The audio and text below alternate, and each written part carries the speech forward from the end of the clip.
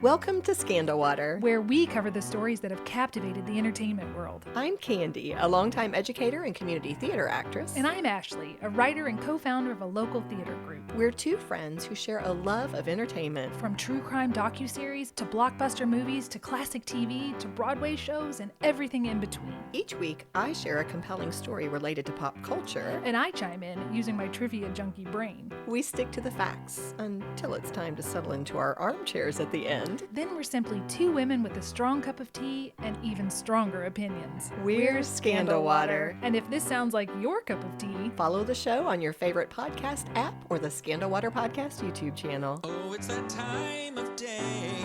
Tune in and hear what the ladies say. It's time to bend your ear when the silver screen appears. Stories about the stage and screen and everything in between. So come on and join the fun. The curtain opens in 3, 2, 1. Hello, Ashley. hello, Candy. Can you believe we are at the end of another season? No, I This is cannot. crazy. It's gone so fast. It's so fast. And we are here today heading into actually a little bit of a break. We're going Yes. to talk more about that at the end. Yes. But this is our season finale update episode. What we typically do, I think we've done it every year, haven't we? We have, and it's the time of year where I understand how hard Candy's job is. Because we split up the episodes and I have to do some update stuff and I'm always like, oh my gosh, this is taking forever. How does Candy do it? So this is also our Candy appreciation episode. Well, thank Subtitle. you. I appreciate that. You're welcome. Well, we have a lot to talk about. I know you always like to start with stats. I do. Oh, but wait, before we get into that, I'm looking across the table at I you. know. I noticed it as soon as I walked in the I door. know. I'm seeing it again. Yes. In tribute to Sam Sam Neill. Neill. who- We are recording this on July 13th, and we just found out. I found out at 7 o'clock this morning when I woke up. It was from Carrie Elways, who posted an update that Sam Neill has left us, which he promised never to do in Jurassic Park. That's right. He said he would never leave us, but he had to. Well, a fabulous actor. Yes, wonderful. Masterpiece that he starred in. Yes. And so a big cheers to him. Yes. Right off the top. Cheers to Sam. We miss you. We'll move into something a little more light. Yes. Yeah. All right. So you like to do, or we both like to do the stats. And I started with our top 10 episodes of season 5. Do you have a gander at what would be number 1? Oh, we are only thinking of the Just episodes that started from- last September from today. Are Yeah. we factoring in YouTube or only downloads? Only downloads. That's all I did. Only downloads. I'm going to guess it is Sherri Papini. You were very close. She was number 2. Okay. Number 1 was Scamanda, part Nice. 1. Who was Amanda C. Riley? I love it. Amanda beats Sherri every time. She does. And also did very well on YouTube. Oh, did she? Yes, Good. absolutely. Okay. Scamanda Part 1 is our top download. Sherri Papini, as we said, came in at number 2. Scamanda Part 2 came in at number 3. Harper Lee, Truman Capote and the Legacy of To Kill a Mockingbird. Then we have another Scamanda, an interview with Nancy Muscatello, the investigator who unmasked Scamanda. Under that, we had Stopping Scamanda. We speak to Alita, Lisa Berry, and Nancy Muscatello. So half of our top that episodes September month focused on was scams. on oh Scamanda. my goodness. Wow. true crime book Killers of the Flower Moon and the 2023 film Inspired, tied with Never Say Die, The Goonies Turned 40. Then we have The X-Files, The Truth Is Out There, another tie for number 9 slot, which is True Grit, and John Wayne's iconic Rooster Cogburn. Our August minisode 3, Disaster After Disaster, actually tied for the 9th spot. Really? Yeah. How yeah. interesting is that? Yeah. It was what we do sometimes in our dark months is we release different fun things, and we released Bonus content. bonus content. We released our minisodes that are usually available only for our members, and that did really well. Nice. And number 10 was John Grisham, the master of the legal thriller. Now I knew he'd done really well. So, well, that was interesting, Ashley. I hadn't looked at it that way. I normally will notice the ones that are at the top, but I haven't tracked tracked through the the 10. top 10 positions. So that's very cool. I usually do a top 10 episodes of all time. time at this point, but I am going to skip that this time because I made a big old boo-boo, you guys. It was a big old boo-boo, and Candy was so kind to me because I did this. I got a new cell phone, and when I got a new cell phone, they said, when I had too many cat pictures, whatever, I'm not deleting those, but they said you need to clear out X amount of space in order to make it easier to transfer to the new. Your storage was full. Yeah, my storage was totally full. Yep. So I went into the Podbean library and I thought, well, I've downloaded our episodes and listened to them, so I'm just going to delete those. Right. And I looked it up on Facebook I looked it up on Google. How do I delete those where I'm not deleting the episodes out of our Podbean library for everyone? I followed their instructions. I was willy-nilly. I deleted 2 of the episodes from season 5, and then I thought, One being wait. Henrietta Lacks. One being Henrietta Lacks. Yes. And I thought, wait a minute. If I'm doing this wrong, let's go back to season 1 and I'll delete from there. Right. Just in case. And I'm so glad that I did that because I was doing it wrong and I deleted most of season 1 on accident. Yeah. All those download numbers, everything we had worked for. Disappeared. Goodbye forever. And I told Candy, I was like, oh no, I have really messed up. But I couldn't re-download it because I still needed to get a new cell phone. Right. So I'm going to work during the break to update you guys and reinstall season 1. I've been doing it a little at a time, but I got really busy and there's still a lot left. And things happen. I deleted one by accident. That's how I knew to look it up to make sure I wasn't doing what you had done. Because I had deleted a big one time. Yeah. Yes, but I'm glad you're bringing it up because if you all have noticed randomly, you're like, wait a minute, I'm seeing my podcast app is acting as though this is a brand new episode when I know that this is from 4 or 5 years ago. That's what's happening. That's what's happening. Yeah. It's allowing me to go back and put the original download date, which is nice. So it should still stay in order, but it is coming up as a new episode. Right. So yeah. sorry about that. Oh, that's all right. Well, do you have any other statistics for us? I do. If you want to know the top 10 states of do. season 5, of course, Kentucky, number 1. Thank you all, local friends, for supporting us. Absolutely. A new number 2. I don't remember what last year's number 2 was, but I know it wasn't California. We've gotten a lot of love from California this year, probably because of Scamanda and all of our. Oh, could be. Yeah, Alita, Nancy, Lisa, they're all from California. So we got Yes. some friends in California now. So hello. Georgia, number 3. New Jersey, Florida, Indiana, Alabama, Virginia, Illinois, and Ohio. Nice. Yes. Our top 5 countries, we are international. United States, obviously number 1, Brazil, United Kingdom, Vietnam, and Canada. Well, I love it. And you know what's funny? Right before we started recording, I looked at the data. Somebody from Singapore just found us and has uploaded all our episodes. Well, hello to our friend in Singapore. All right, now we can dive into the updates themselves. Absolutely. I think you've got the first one. We started do. at the beginning of the season, so Yes. we're back in September. We're in scammy September so many months ago, and I have got 2 updates in one. So according to a People magazine article, Sherri Papini, number 2 download, she was released from prison in August 2023 and transferred to a residential reentry facility in Sacramento County, California, which you did cover in our episode back in September. The article then went on to state that Sherri left the home that October, so that would have been after our episode released, 8 months early, and she will remain on supervised release until late 2026. Okay. So it sounds like later this year she's going to be off of supervised Wow. release. So while that's a very basic update on her case, I have a related update from our other scammer subject, Amanda C. Riley. So it's like the Yes. meeting of Amanda and Sherri.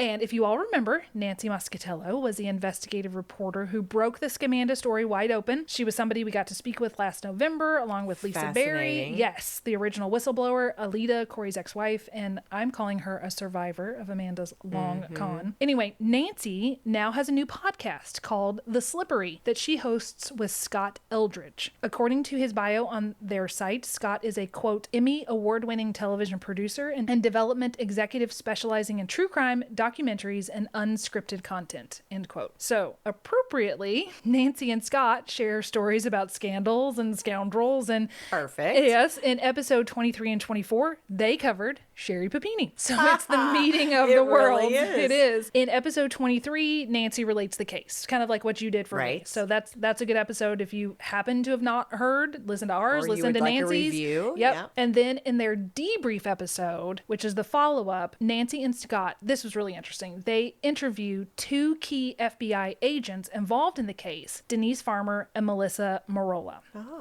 According to their show description, Denise gives an insider look at what was really happening behind the scenes, including some hidden turning points the public never saw. And then Melissa breaks down the psychological anatomy of the deception and gives her take on how and why Sherri continues to alter her narrative even today. So I listened to both episodes, and while I'm not going to give away everything, because you want to go listen to it yourself, Right. one piece of information I found fascinating is that when they said, had Sherri not claimed to have been taken so far away from her home, and in fact actually was taken so far away, the FBI would not have been called in. And she my emphasis, may have been able to fool the local sheriff's department and might not ever have been caught. Interesting. So that one choice. Yep, because she changed went everything, so far possibly. away. Yep. Now, this is me. This is actually saying, I'm not saying the department was foolish, but I am saying from what I inferred from what they were saying is that she was very, very good at manipulation. And the FBI had the ability and kind of the emotional distance to uncover her lies faster. In fact, once the FBI were involved, they say it took them only a month from Sherri's reappearance to hypothesize that she was not being truthful. Okay. A So month. they were on to her pretty quickly. Pretty quick. They said that Sherri would kind of tailor her story to whoever she was talking to, and those people maybe didn't run in the same circles to compare stories, and the agents were able to collect everything and see it and see the inconsistencies. Now, I did not write this down, but toward the end of the interview, one thing they mentioned is even with the FBI agents, it's almost like she didn't realize that they would talk to each other. She would tell one of the FBI agents, I don't trust Denise. Like, she's not somebody I can talk to, and I don't know what to do about her. And then she would take Denise aside a few minutes later and say, you're the only one I can trust. I don't know what to do. Oh, and now I'm not- Triangulation. Yes, and also I'm not Triangulation. trying to diagnose, but isn't that a characteristic of sociopathic people when Yeah. they're able to read what you need and Yeah. they give you what? They mentioned, again, they were not diagnosed, but they mentioned the words borderline personality and also narcissistic personality disorder. So they say it did take so long to catch her because it was years before she got arrested for a couple of reasons. They kind of needed to continue to collect evidence and give her enough rope to hang herself, so to speak, that old phrase. And to the point about the manipulation, the agents also said it took about a year before the sheriff's department understood that they had been taken for a ride. She was just that was that good. She was that good. Again, I didn't write this down either, but in the People magazine article, I think Keith Papini said he does not speak to her and cannot speak to her because he said she is so good at manipulation that he just can't even. Got to keep that door shut. Yeah. The difference really came when the sheriff's office was able to compare the interview they did with the interview the FBI did. They saw her completely different attitude and personality, and that's where they put together that things weren't right. Wow. Yeah. Another random fact I'll put out there that was interesting. They mentioned the sketch artist said it was one of the most exhausting sessions they'd ever worked on and one of the longest because it took 8 hours. Oh my gosh. Yeah. So there's your update there. If you would like to listen to the episodes, they were fascinating just because, they get insight from the FBI agents that Yeah, worked on that it. sounds very cool. We have a link in our show notes. Very nice. Well, I think that takes us to October, doesn't it? We focused, as we typically do, on creepy things in October. And one of our episodes focused on the X-Files. Now, I'm a fan. You Yes, can tell, especially the yes. early seasons. So that was the focus. That was the slant for that particular episode. But I did mention that a reboot was in the Yeah. works. So this update talks about that reboot. By the way, if you want to go back and find that original episode from October of this past year, it was called The X-Files, The Truth Is Out There. But here's the update. A Collider article published just this past July 1st shared that the pilot of that X-Files reboot has now been filmed, but it is still uncertain as to whether or not the show will go any further than that. According to Hamish Patel, I hope I've said his name correctly, who is starring in this pilot,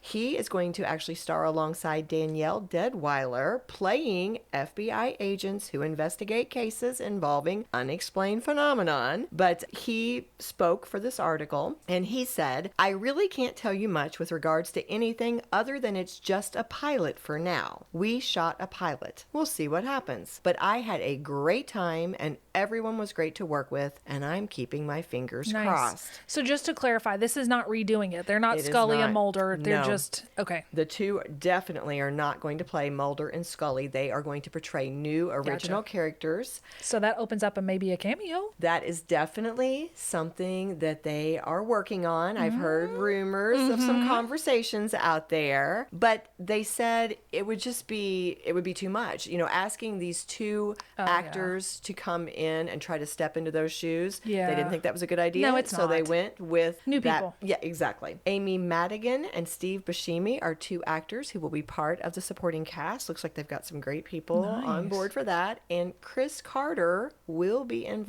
is involved as one of the show's executive producers. Cool. Yeah, so look for that. I cannot find a release date for that pilot. It's not yet been revealed, but it will. When it comes out, it should be streamed on Hulu. Nice. Okay, the next one we have is The Legend of Sleepy Hollow, which you would not think that there would be an update for something that old, but there is. It came out last October. It was episode 203, The Legend of Sleepy Hollow. According to an article on IMDb from June of this year, Miss Sydney Sweeney is set to star in and co-produce a new take on the classic tale. Goodness, she's in everything. She is in everything. She's getting that money while she can. Titled Hollow, Sydney will star as Katrina Von Tassel. Oh, yeah. However, we talked about Katrina. Instead of being just the object of Ichabod Crane's affection, the story is going to be told from Katrina's point of view. Article states that the film will make Von Tassel the, quote, central figure in a dangerous mystery and seductive supernatural love triangle. Of course they have to say seductive. Of course when they it's do. Sydney It's Sweeney. Sydney Sweeney. Right. Okay, back to the quote. The story blends gothic atmosphere, psychological intrigue, and erotic thriller elements into a contemporary high-concept reinvention. End quote. Interesting. Yeah, so it sounds like they're moving it to modern day. The director is Lindsay Anderson Beer, who is adapting the script from her debut novel, which will be published in the fall of 2027. And according to a Google search, that's the same time the film is slated for release. Commentary for me, I think that's a pretty interesting concept to release the book and the film at the same time. I would think the book would need to come out to generate interest in this version of the film, but maybe the two can cross promote. I don't know. The article Probably said so. that Lindsay Beer may be best known for her 2018 film Pet Cemetery Bloodlines. I did not see it, but maybe you guys I didn't either. You know, I'm not really into that scary stuff, but that's what she's known for. There you Nice. go. All right, well, I think that moves us to November. November, we focused on A Second Sip, and one of our episodes was The Haunting Story of American Nightmare, which Yes. I found fascinating. It really was. Guys, if you're interested in true crime, I don't know, it just kind of boggles your mind. It does. It absolutely does. So just to kind of remind you, it tells the story of Denise Huskins, Quinn now, she's married, but Denise Huskins and Aaron Quinn, who first survived their experience with an armed intruder who kidnapped Denise, sexually assaulted her, and held her for ransom. And then these two had to stand strong against the police and the media. That's horrid. When they were accused of faking the whole thing. It's horrible. Yeah, this was another one of those cases that they referred to as a Gone Girl case, right? So there was a whole docuseries. We talked about that. That's how it came to our attention. But Denise commented that docuseries opened the door for her and Aaron to start talking to police groups in hopes of promoting reform in the way law enforcement deals with situations like theirs. That's something that we did talk about in our episode. Yes. We talked about how these two survived it and then came out of it stronger than ever and determined to do good Which is things, amazing. to bring good from it. Yeah. So the other thing that did come up in our episode, which was amazing, Denise said, when I was trapped there with this attacker, Psychopath. kidnapper, exactly, his name was Matthew Muller, she said, he told me there were others. Yeah. I know there are others. Yeah. And she kept advocating and pushing, you've got to find these other victims. And because of Aaron's alongside her and everything, because of their advocacy, they ended up helping to find these other victims. And Matthew Muller admitted it. He confessed to it. So, and now he's held accountable for those. And those Okay. victims, some of whom were never believed, Oh, gosh. were What have they also been living with? vindicated. Exactly. So that is something that we did refer to before, but here's even more that has come out since our episode was released. Just within the past few weeks, the Quinns were in the news again, this time because they are supporting a new victim privacy bill. According to an article in the Sacramento Bee, this bill, which is SB 1056, quote, would require judges to issue protective orders governing sexually explicit evidence involving adult victims. Defendants would still be able to review the evidence needed for their defense, but judges could restrict how copies are made, shared, or distributed.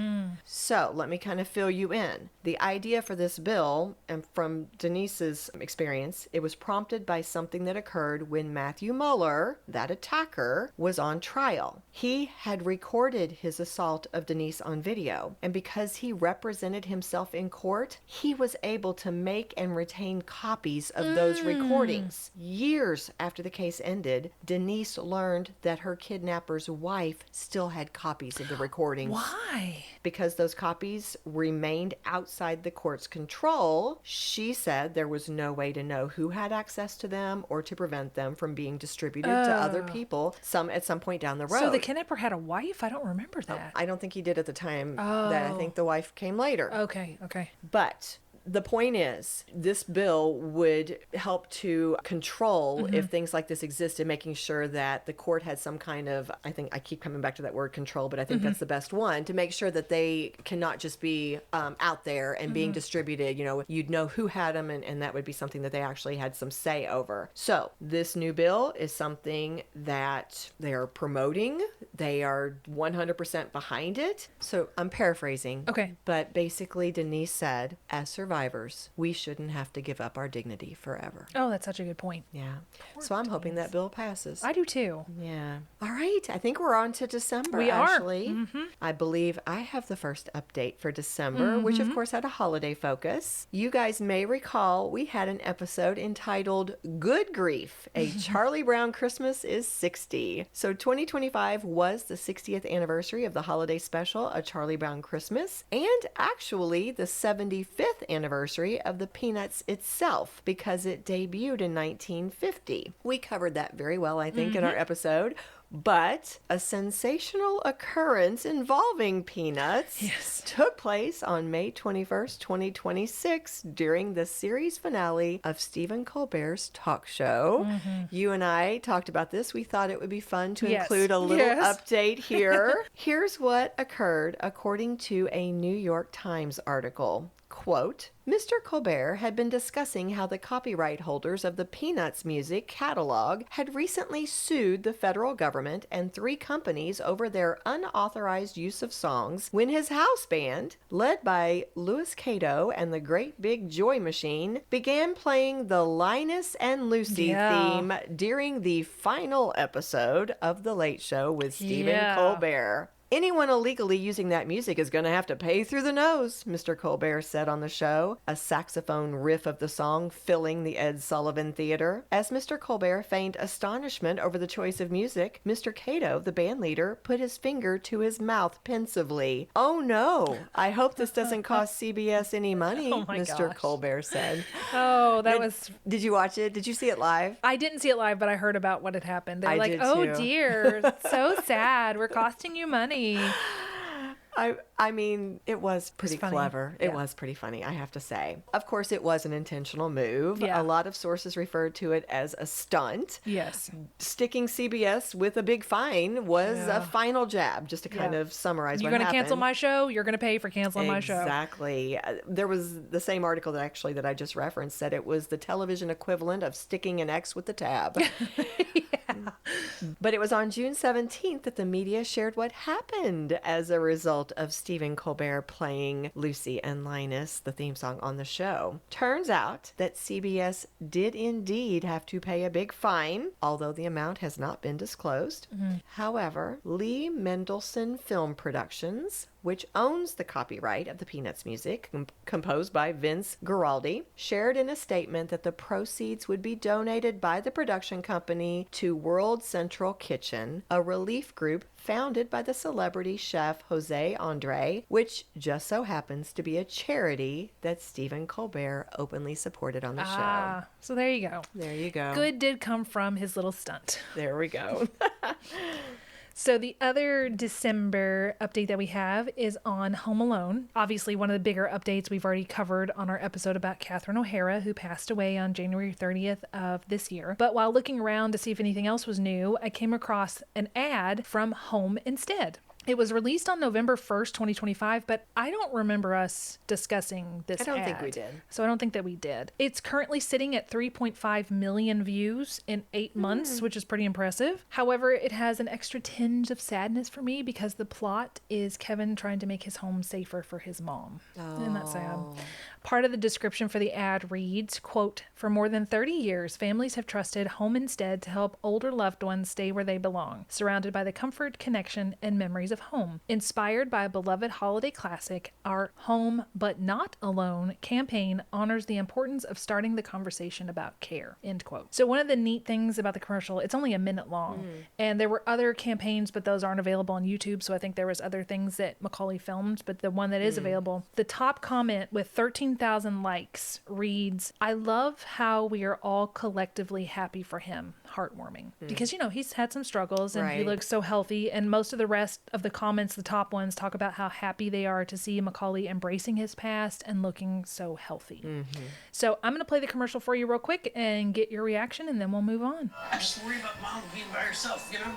What if she falls down or gets snowed in? They never did catch that South Bend shovel slayer. I'll call you back. You're a jumpy one, aren't you? Sorry, I thought you were this. Old man Marley? That's my Gramps. Oh. Thomas. My mom's getting older, so I'm, Wrapping the house. Yeah. Have you tried talking to her about getting a little help? I'm afraid to bring it up. The scariest part is starting that conversation. And at least you'll know and can stop worrying about it. It's not easy. But how you feel about family is a complicated thing. How was that? It was just like your grandfather. Really? That was cute. Yeah. That does get you in the feels, doesn't it? It does. Yeah. It's well done. It was sweet, and it's so cool to just, you see little glimpses of baby Kevin and his little sweater he was wearing. It was the cream sweater, and it just was so, I don't know. All the Easter eggs are there. Yeah, kind of like the E.T. thing from a few years ago where everybody was Yes, like, oh, it's yes. so sweet. Well, on that note, why don't we take a little break? And when we come back, I believe we're going to be jumping right into some February updates. Yes, order in the court. We love including listener voices in our episodes, and we're always looking for more. So tell us, where do you sip your scandal water? Do you catch up on the tea while folding your laundry, sitting at your work desk, working out at the gym? Let us know by sending in your shout out, telling us your first name, your hometown, and where you are or what you're doing when you're listening to Scandal Water. And you just might hear a voice you recognize starting one of our upcoming episodes. Email your audio clip to scandalwaterpodcast@gmail.com. The voice memo app on your phone will work just fine. Cheers! All right, and we are back. Yes, I have the first update. It's it's going to be a little longer, this particular one, because it's going to talk about a personal thing and then also an update. So, First of all, You Can't Handle This Episode, the 1992 blockbuster A Few Good Men, does have a very brief update. It is being revived on Broadway this fall. 3-time Tony Award winner Michael Arden will direct. His previous Tonys were for Best Direction of a Musical for Parade in 2023 and Maybe Happy Ending in 2025. He also won a Tony for Best Lighting Design of a Musical for The Lost Boys in 2026. So a lot of recent Tonys. It's interesting to me that he would be the one to sign on, being as he's known primarily for musicals. I went and looked at his bio, and I didn't see any non-musicals in there, but of course it could be. But I mean, it's going to be fantastic. It's A Few Good Men, and I would assume the lighting is going to be really good because he knows how to do great lighting. So it's going to be spectacular. Bradley Whitford, best known for The West Wing, is going to be playing Colonel Jessup. Oh. And Tom Blythe from The Hunger Games, The Ballad of Songbirds and Snakes will be playing Caffey. Okay. Those are the only 2 roles that are known so far. Bradley is also a longtime collaborator of Aaron Sorkin and actually made his Broadway debut as Lieutenant Jack Ross. Oh, nice. Yeah, so that was Kevin Bacon in the film, for those who may not know the name of that character. Okay, so that's the update officially. Okay. So on a personal note, we decided on the theme of Order in the Court in February, which we may have mentioned at the time, because I was set to start jury duty that month. Yes. I, silly me, thought that it would only be for February, but I learned at my orientation that in my county, it's a 6-month commitment. Yeah. We're actually recording on the day that would have been my last day to be called,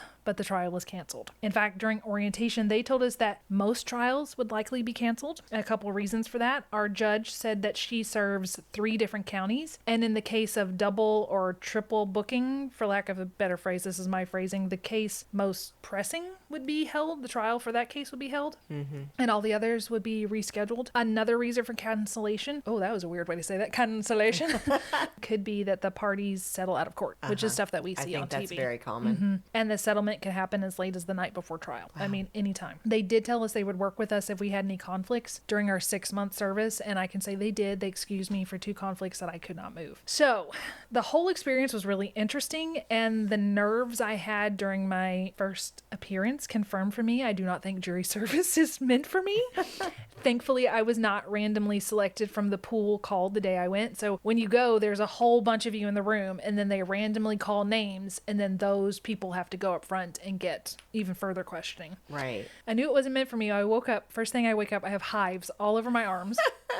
Then there was a wreck on the interstate, which made traffic through town a nightmare. And oddly enough, at my January orientation, because this happened in May, there was also a wreck on the interstate because of a snowstorm earlier in the week. And the sidewalks were all covered with snow, and I had to walk a couple blocks from the free parking. So I was one of those people that can now say, I walked uphill through snow to report to the courthouse at 8 a.m. What I remember most about the day I was called is that nobody wanted to be there. The prosecutor even said during voir dire, who all wants to be here? And nobody raised their hand. Wow.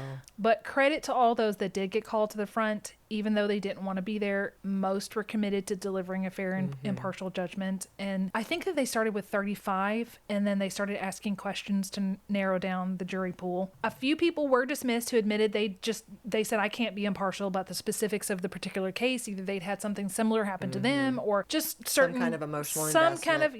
Yep. Every time there was a potential dismissal, the judge called them to come speak to her, and it was weird because she turned on this static sound effect, like in the old televisions, you know, when you would lose signal and it would just be like a white noise. Yeah. Yep. She turned that on over the intercom, so you could not hear anything. That's it was awesome. Super private. So it would be her, the person who was, I don't know, objecting to being on the jury, and then the prosecutor and the defense, they would all confer, and then that person would either be let go or resume their seat. But pretty much everybody who had got to that point, who walked up, she let them go. They were dismissed. And they pulled another name from the proverbial jury hat to refill out their 35. So we're all like, is it going to be me? The case was about threatening somebody, and I'm just going to give you a couple of the questions that stood out to me from each side, and they ask everybody in the room to consider their answers. So if somebody gets dismissed and then we're called up to replace them, we could quickly say whether we had any objections to anything asked so far, so they don't have to start over. Right. So everybody was asked to pay really close attention. On the prosecution side, he took an interesting tactic. He asked the jurors a hypothetical question. He pointed to his tie that had whales on it, and he said something like, what if I told you that this county has an ordinance that forbids you from wearing a whale tie, or a tie with whales on it? I'm wearing one, but what if I said I didn't realize there was an ordinance? Or what if I said I got dressed in the dark and accidentally put on this tie with the whales on it? What would you think about that? So we were like, okay. And then the other interesting question he asked was if it was possible that there was a batting cage behind the door of the courtroom. He said it might not be probable, but is it possible?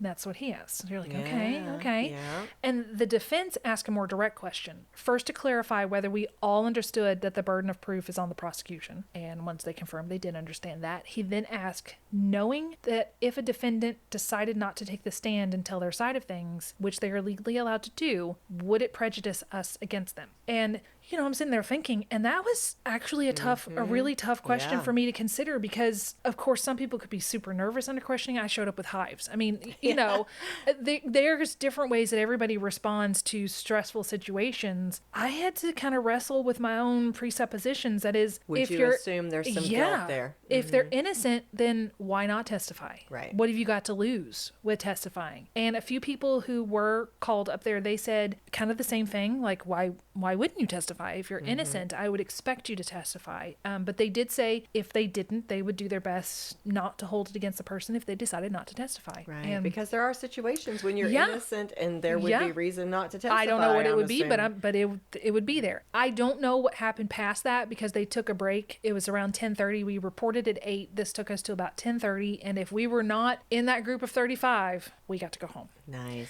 and I got to go home. So that was your closest. That was my closest call. Right. Yeah. I had conflicts for the other earlier months. I had a high school play that I couldn't be there for jury service. And then we were on vacation for another time it was scheduled. So, but this was actually the day after we get home from vacation that I was called, and the other trials were canceled. Isn't that interesting? In 6 In months, 6 you months, had one close call. I had one close call. Everything else was canceled or I had a conflict. Yeah, that alone is very revealing. But it it's really is. interesting. You get It some is. insights into the legal system. Yeah, in summary, I think I would much rather watch trials than be involved in one. But that was my experience in jury duty. I may have it again. I don't know how often you get called, but that was that. Nice. Yeah. And I've said this before, I'll say it again. I've never been called. That's so interesting to me. And where my husband has been called, I don't know, 2 or 3 times. And how long did he have to serve? Was it 6 months for him too? I'd have to ask. Okay. It was a chunk of time. It wasn't Yeah. just a month or something. Yeah. But I don't know if it was 6 months. That seems like a long time. It is a long time. Right. Especially to be like, okay, I can't schedule anything. And even if I had a doctor's appointment or something, I would tell them, okay, I have jury duty maybe. So I may have to, if I get called and get chosen, if it takes a week, I'll have to call you and reschedule. And they were all Right. really nice about it. But it just kind of put your life you're on hold for 6 months. very interesting. Yeah. All right. Well, thanks for sharing your You're welcome. update. I think I have the next one. We've already referenced him a few times. Mr. John Grisham was the Yes. subject of our episode entitled John Grisham, the Master of the Legal Thriller. We've talked about the fantastic response that we got from you guys. Thank you for that. And I believe I've already mentioned that I did indeed finish a reread of The Firm quite a while back. I have been doing more reading. Have you? That's great. I have. I still have been doing mostly textbook reading, but But you're taking yeah. classes. Right. I mean, that makes sense. But just a brief note, we told you, John Grisham's got that very strict schedule. He's putting out a new book every year. So I thought you might be interested to know what new novel is coming out at the end of September. It's called The French Illusion. And here is a brief summary from John Grisham's website. After Paul and Chelsea Tanner's fairy tale wedding, their future is full of promise. But their honeymoon to Paris takes a dark, shocking turn when they are kidnapped while on a day trip to the French countryside. Who would target them and why? It turns out this is not the first crime of its kind. The search for clues soon stretches across borders, with the FBI, CIA, and French intelligence trying to work together to pull the pieces of the puzzle together. Struggling to find answers, a young lawyer is recruited to be the bait in an elaborate CIA operation. oh, I'm interested. I'm intrigued. Got the Yeah. French countryside, Paris. Sounds Nice. good. Well, that's all we have for John Grisham, but I'm actually going to move right into a quick little note about the episode Harper Lee, Truman Capote, and the Legacy of To Kill a Mockingbird. Don't have anything on To Kill a Mockingbird, but we did talk quite a bit about Truman Capote in that In Cold episode. Blood. Right, and his groundbreaking true crime book. You just named it, In Cold Blood. So I just thought that you might be interested to know that this year marks its 60th anniversary. My goodness, there's so many anniversaries this year. That's know. why we did July was more anniversaries, because there's so many significant things that are celebrating big anniversaries. Absolutely. Well, do we have anything else for February? Because I believe we might be moving right into March, which was centered around more monster madness. I and love those. I love our monster They're episodes. so fun. I just love them. They were good too. They were I thought really our topics were really good. And I think I've got the next one You for do, this as well. yeah. Okay. I found this delightful. We did an episode called Making It Count, the story behind Bram Stoker's Dracula. And I thought we'd covered it so well. I didn't think we'd have anything new. And then I ran across this little article, which I thought was delightful. It's just kind of an anecdote, a piece of trivia, if you will, related to the 1992 movie. All right. So here's what I discovered. Johnny Knoxville, who became famous, I think, primarily for his work on a show called Jackass, was actually a stand-in and photo double for Keanu Reeves for the film. So I found where Johnny Knoxville spoke in a 2020, actually, you know what? It was not an interview. It was more like a podcast interview, but it was in 2024. He said he was 19 at the time. He was working as an extra and he gets offered this gig. That's amazing. Right. He didn't even realize he was going to be working with, basically kind of for, because he was his stand-in, Keanu Reeves, until he'd already accepted it, right? Yeah. He also didn't really have any idea what the work was going to entail. Standing still for a long time, right? Well, he also ended up doing some of the stunt work. Yeah. Really? He didn't really realize what he was signing up for. Dude. He commented they didn't use a lot of camera tricks back then. They Oh, really yeah, tried to yeah. create things the old In school camera. way. Exactly. So he spoke about one scene where he was standing in for Keanu. And in this particular incident, he said the crew had him something like 20 feet high, hanging parallel to the ground. And he said what was notable to him about this was not just the fact that it was, this crazy stunt, but he said most of the time it was Francis Ford Coppola's son Roman who was directing what he referred to as the second unit. Oh, yeah, okay. But on this particular day, Francis Ford Coppola came to check in on what was happening with the second unit. And so I actually got to watch part of this interview where Johnny is talking about it. You can see what a big deal he thought it was. He's reflecting on how he was this 19-year-old kid and Francis Ford Coppola was directing him. Yeah, telling him how to do certain things. Wow. So it was just kind of cool to see him, the awe, right? He thought that was such a big deal. Now, his son, Francis Ford Coppola's son, Roman, the one who was directing Johnny Knoxville most of the time, he spoke about that same stunt on the DVD commentary, saying, one of the things we did, actually the stand-in for Keanu Reeves, was Johnny Knoxville, who has become famous as one of the Jackass guys. We had him hanging upside down with a wire. It was very tactile, and we were doing all this crazy stuff. So he acknowledged it, the fact that this was kind of an unusual thing. And don't they do stunts and stuff in that show that Johnny Knoxville ended up going on, like crazy stuff? I did not watch it. I was not a fan. No. But yes, they absolutely did so I wonder the if most this led outrageous. It might have been, it might have been his start. Two other quick things before we wrap this up that Johnny shared in the interview. First, this was just a mention. He said Keanu was very nice. Of course he was. Everyone says he's nice. I've never heard anyone say he's not know, nice, which is wonderful. It just keeps affirming what we all know. But he also spoke briefly about Gary Oldman. Now, I don't know if you knew this, but he shared that, he said, I don't think I'm talking out of school because I think this is common knowledge. But he said Gary Oldman had a really serious drinking problem. Oh, really? I looked it up. He's now been sober something like 28, 29 years. Oh, good for him. But apparently at the time he was making this film, he was struggling hard with alcoholism. And Johnny commented he was drinking on set. It was pretty apparent to people that he was drinking a lot during filming. But Johnny said it was amazing how Gary would be loud, joking, just totally out of character, having, just kind of very loose on set. And he said they would call action and he's totally focused. He would move into the most flawless performance. And he said, again, he's this young kid, right? And he said he thought to himself, even back then, ooh, this guy's good. Yeah. All right. Well, that's all I've got. I think you've got the next one, Ashley. I do. Trolls, the lore, the tropes, and the cult classic Troll Hunter, which came out in March 2026, obviously. While I don't have an update about the film itself, I do have one about a new outdoor troll exhibit. All right. Thomas Dambo is the name of the artist who created the 3 giant trolls at Burnham Forest and Arboretum in Claremont, Kentucky in 2019. He now has another exhibit opening on October 15th featuring 12 more trolls made from reclaimed materials such as fallen branches, scrap wood, pallets, and twigs. But this exhibit is in Washington State at the Point Defiance Zoo and Aquarium and Northwest Trek Wildlife Park. Big title. That is a big title. Yeah. The article says that, quote, Dambo is known for his large-scale recycled art installations in more than 17 countries. His trolls have captivated millions around the world, and this fall they'll make the forest of Tacoma and Eatonville their temporary home, end quote. Have you seen the trolls at I Burnham have not. Forest? I have. Did you like them? I thought it was fun to see them. In That's fact, I neat. have pictures with them. I'll put one in show notes. That's fun. Yeah. So after reading that, I know that this is not a troll competition, but I just want to say the Washington location already had 5 trolls, so now they have 18, and we only have 3. Kentucky is in a troll deficiency, Thomas. Just think about that. Just think about that when you're looking for somewhere else. The challenge is on. Yeah. Like, why do they get so many trolls and we only get the 3? Come on, man. Okay, that's all I had about that. Do better. Do better, Thomas. Do better. All right.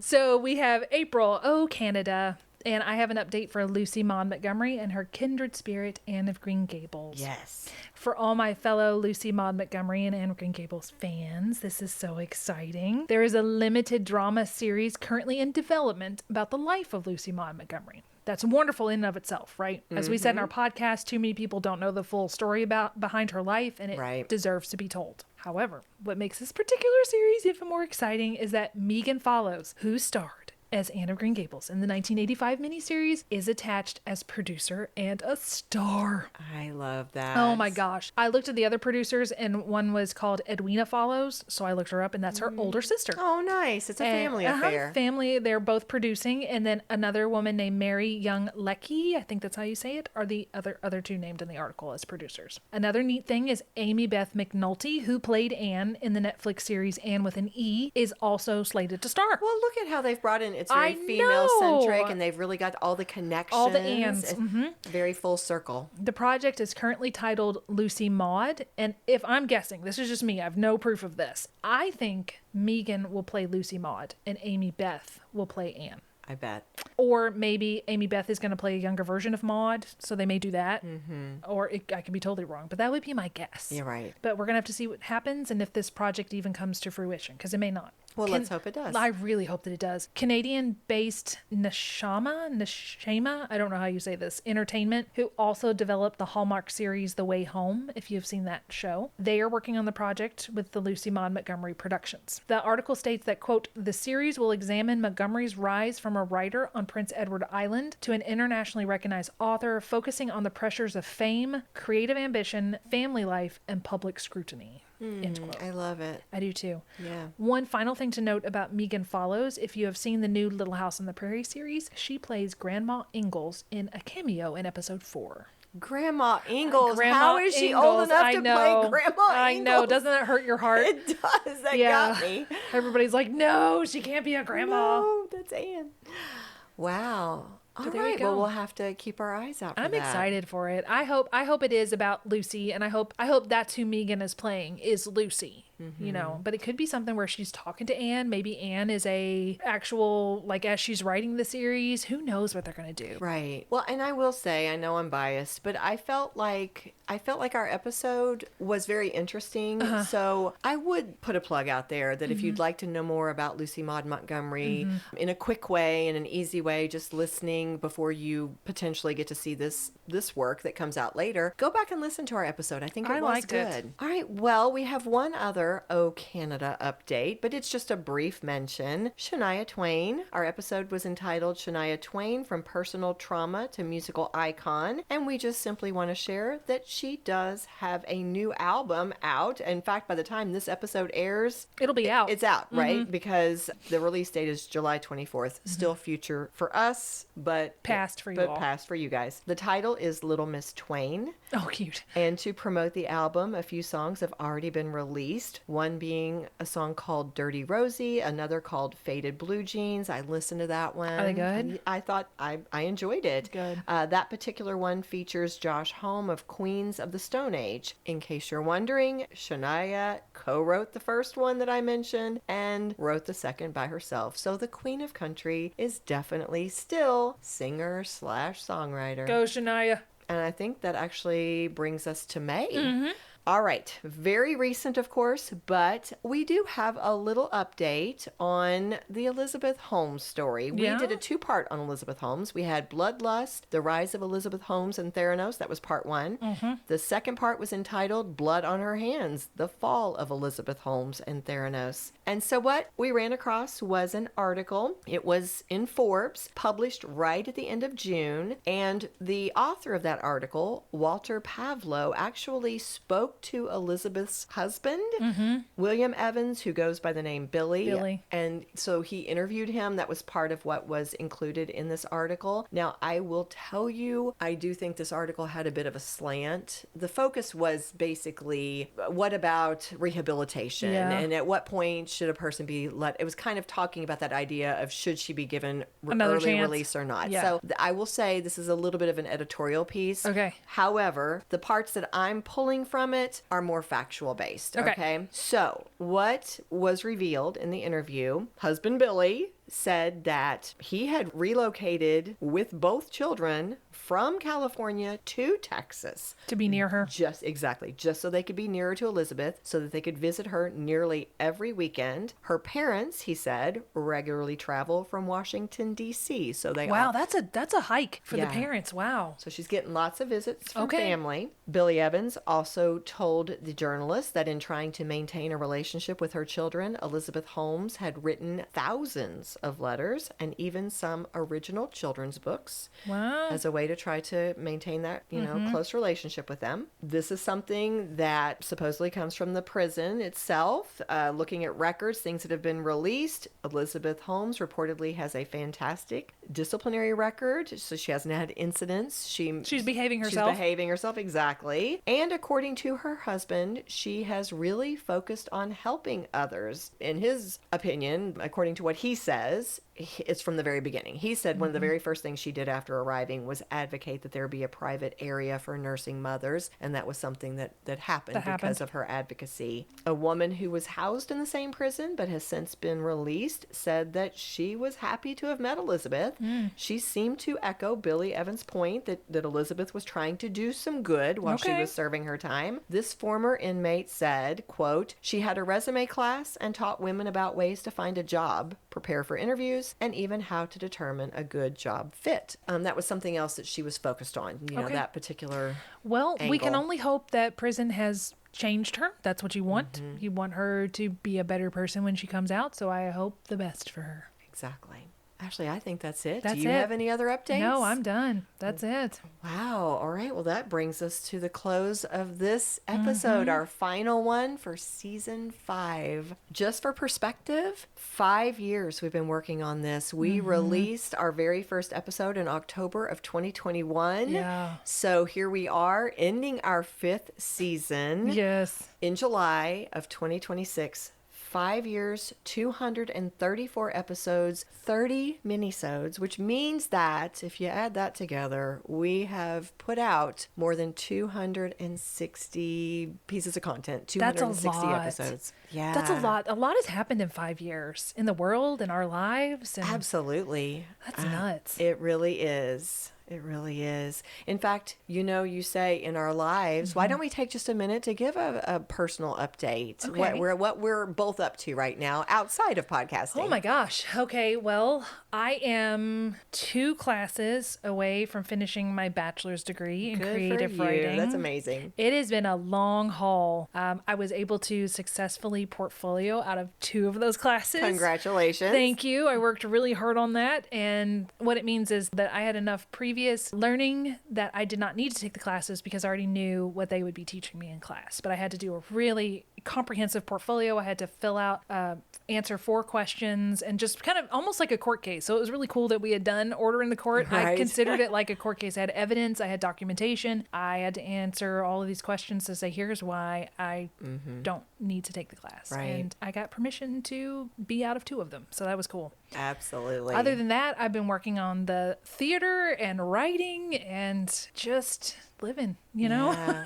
And I got the new kittens. They've been keeping life crazy. It's been very busy. Life is very busy. I think that's a theme across both of our lives. So let me give you my quick update first. So I have a part-time job. I am a tour guide at a museum. I work actually more hours than I expected I would when I took the job on. Of course, with both of my kids living in different states. Yeah, you're traveling a lot. Traveling more than I expected. Sometimes for fun. I mean, I don't mean it's not fun to visit my kids. It is absolutely fantastic visiting the kids. But you know what I'm saying? Sometimes more just Kirk and I going somewhere we haven't been. A lot of times just to see our kids, which is fantastic. Yeah. But going back to your point, I think I'm more proud of us than ever that we've managed to keep up with the podcast because I feel like it was a real challenge this past year between it really this all past our year. commitments. Yeah, this past year has been probably the hardest. 2025 for me was one of the hardest years I've been through in a long, long time. It was coming off of, we had loss of anyway, it was hard. It was really hard. Yeah. And I'm proud of us. I'm I'm proud of us too, but I'm also so grateful to all of you guys. Some of you have been with us Since the start. From day one. Some of you found us later, but it means so much that you're there, you're listening, you're with us, that you support us every time you send us a message or Share an episode, tell other people about an episode. It's it all great. means so much. We appreciate you more than you know. But we also wanted to share something else because we have put so much blood, sweat, and tears into this, and both our lives seem to be getting busier. Yeah. We decided we were going to try a new format Yeah. for our season 6. We've reflected a lot because we're going to be honest with you. Part of this is sustainability. We've struggled. We've struggled to be able to keep up with it. You know, there's a lot of time and expense and a lot of things that go into this. And so part of this is sustainability. The other part of it is just looking at the data, looking at What do you guys like our to listen to? feedback. It feels like true crime. Yeah. True crime and Nostalgia. those seem to be the big areas. So with that in mind, we're going to try something new in season 6. You guys who listen to lots of podcasts, you'll be familiar with this. We're going to try the series approach.